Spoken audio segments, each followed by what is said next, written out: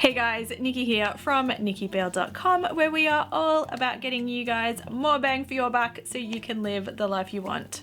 And today we are kicking off a pantry challenge. Now you might be asking, what is a pantry challenge? Why would you want to do one? And what are you going to eat if you don't go grocery shopping? Well, in today's video I am covering all of that and more, so sit back, relax, and let's get started on that pantry challenge.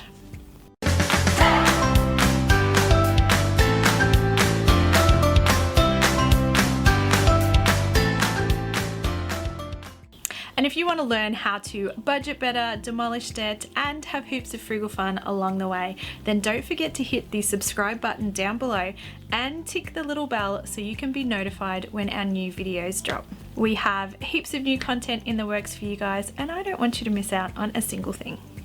Alright, so a pantry challenge. What is it? Why would you want to do one? And what are you going to eat if you don't go shopping? Alright, so first things first, little disclaimer, I did not invent the pantry challenge. This has been around for a long time, but we did jump on the bandwagon a couple of years ago and we have seen amazing results from doing this. So I really highly encourage everybody to try doing a pantry challenge at least once a year, if not a couple of times a year, to make sure that we are actually using up all of the food that we buy.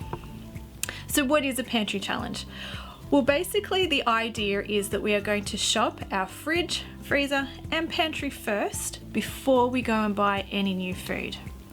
So the first thing we want to do in a pantry challenge is sit down and actually take an inventory of all of the food that we already have. So this one's going to take a little bit of work, but we do need to spend a few minutes actually writing down all of the things that we have already in our household.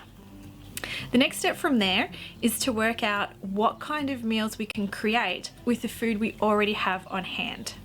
Now, a really handy tip is to use up the things that we have in our fridge first, because they are the most perishable.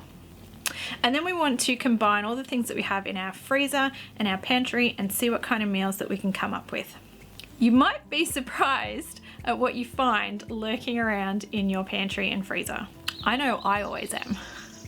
Once we have an inventory of all of the food that we have on hand, we want to create a meal plan and see just how far we can stretch this food.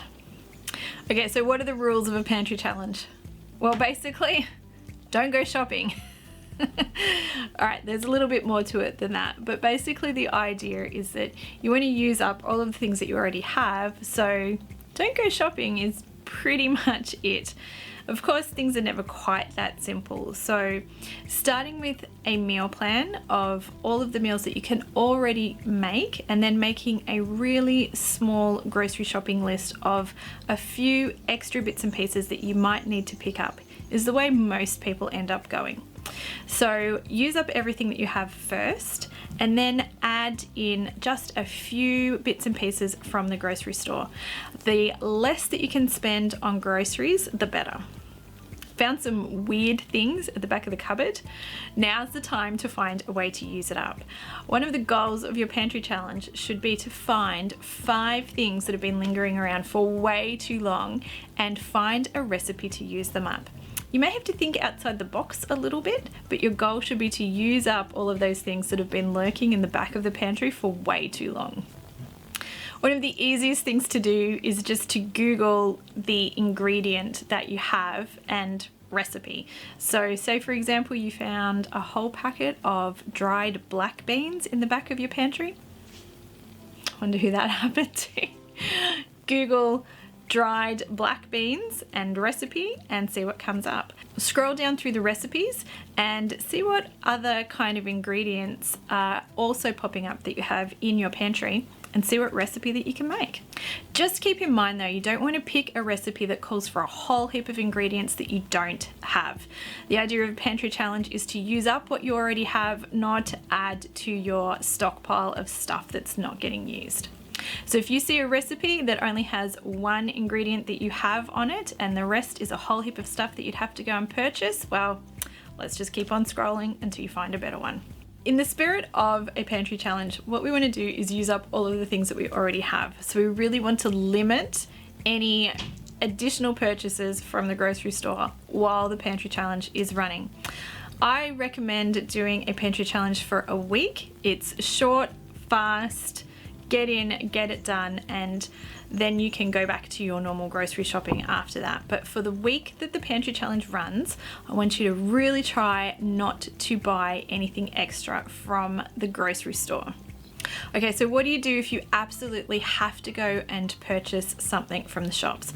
Well, I want you to be really intentional when you get there. First of all, sit down and inventory what you already have. Come up with a list of meals that you can make.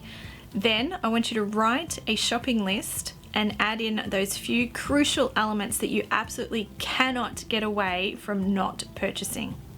Then, here's the tricky part, only buy what's on your list. It's going to be really tempting when you're there to put extra things into your trolley. Maybe there's some great specials, some marked down, some things are half price, and you think, oh, that would be great to stock up on. This is where a pantry challenge gets tricky. You need to resist the urge to buy things that are not on your list this week. Sometimes it's easier just to avoid the shops altogether for this reason. The other thing you can do is maybe get somebody else to go grocery shopping for you, because they won't be quite as tempted to put extra things onto your shopping list. Rule number 2, all of those nutritional rules that you know, they go out the window. Here's the thing, this is just 1 week. If your kids eat cereal one night for dinner, it's not going to hurt them. It is totally okay for all of you to have something different on your plate. You don't have to all eat the same meal at the same time. One of the things that we like to do is dig out all of those little bits and pieces, maybe single serves that have been frozen in the freezer, and have what we call a leftover buffet. That way people can pick and choose what they want to have and just create their own plate. Run out of bread? Maybe you could make pancakes. Run out of eggs? Google what you can substitute. Run out of snacks for the kids? Go ahead and make up that old packet of Jell-O that's been sitting in the back of the pantry for way too long. Pantry challenges are great for a couple of reasons. Number 1 is that it's a really quick and easy way to put some extra cash into our budget that week. Basically, by using up the food that we've already purchased, we're going to save a little bit on groceries, which we can use for something else. This was one of the ways that we actually made extra debt repayments while we were paying off all of our debt. Another thing that's great about pantry challenges is that it makes us more intentional about the food that we are actually purchasing. Let me just say, if you have to find a way to use up 10 kilos of dried chickpeas, you're really going to rethink whether or not that was a bargain next time you see that marked down.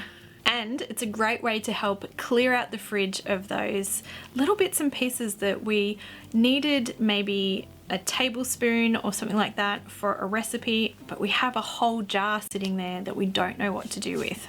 And of course, you know, using up everything that's in our fridge, freezer and pantry isn't just great for our wallet, it's great for the environment as well, because we're not creating so much waste by buying food that we're not actually using.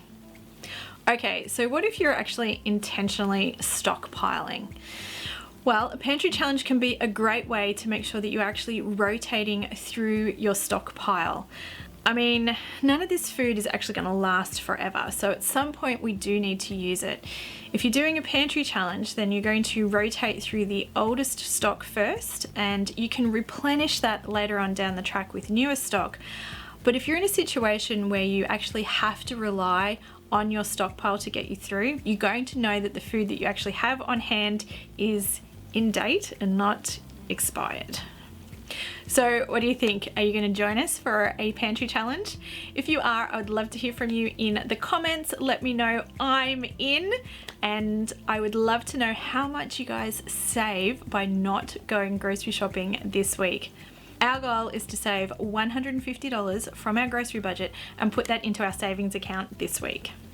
Did you find this video useful? If you could give it a thumbs up to let me know, I would really appreciate it. And don't forget to hit the subscribe button down below so you can stay up to date with all of our latest content. All right, well, I better get back to writing that inventory. I guess it's not going to write itself. See you next time.